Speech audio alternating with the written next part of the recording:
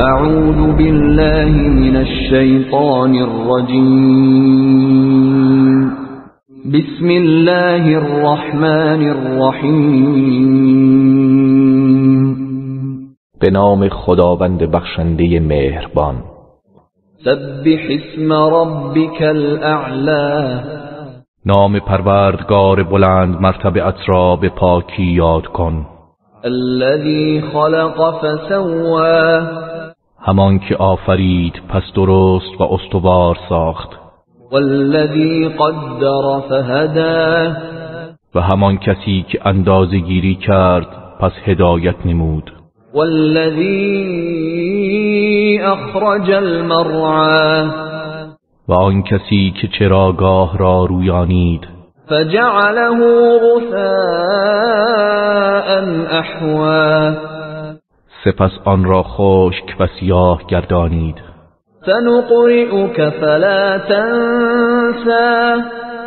ما به زودی قرآن را بر تو می‌خوانیم پس هرگز فراموش نخواهی کرد.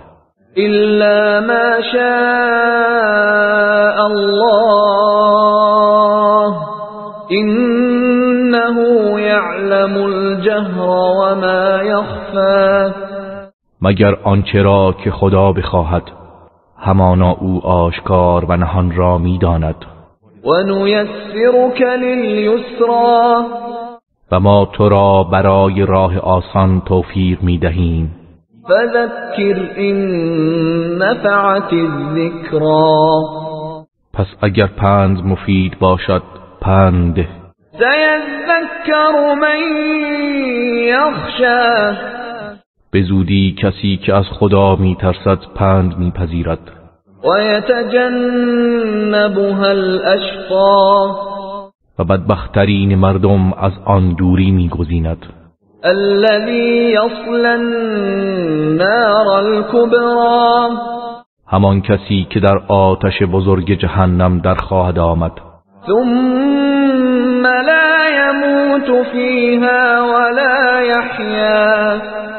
سپس در آن آتش نمی میرد و نه زنده میماند.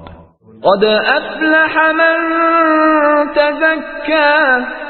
یقینا کسی که خود را پاک و تزکیه کند رستگار شد. و ذکر اسم ربه فصلی.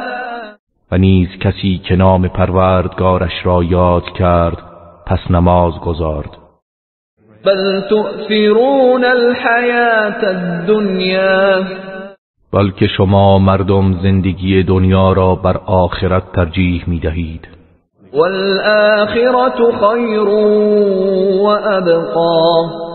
در حالی که آخرت بهتر و پاینده تر است. این هذا لفی الصحف الاولی. به راستی این پندها در صحیفه های پیشین نیز بود. صحف ابراهیم و موسی. صحیفه های ابراهیم و موسی.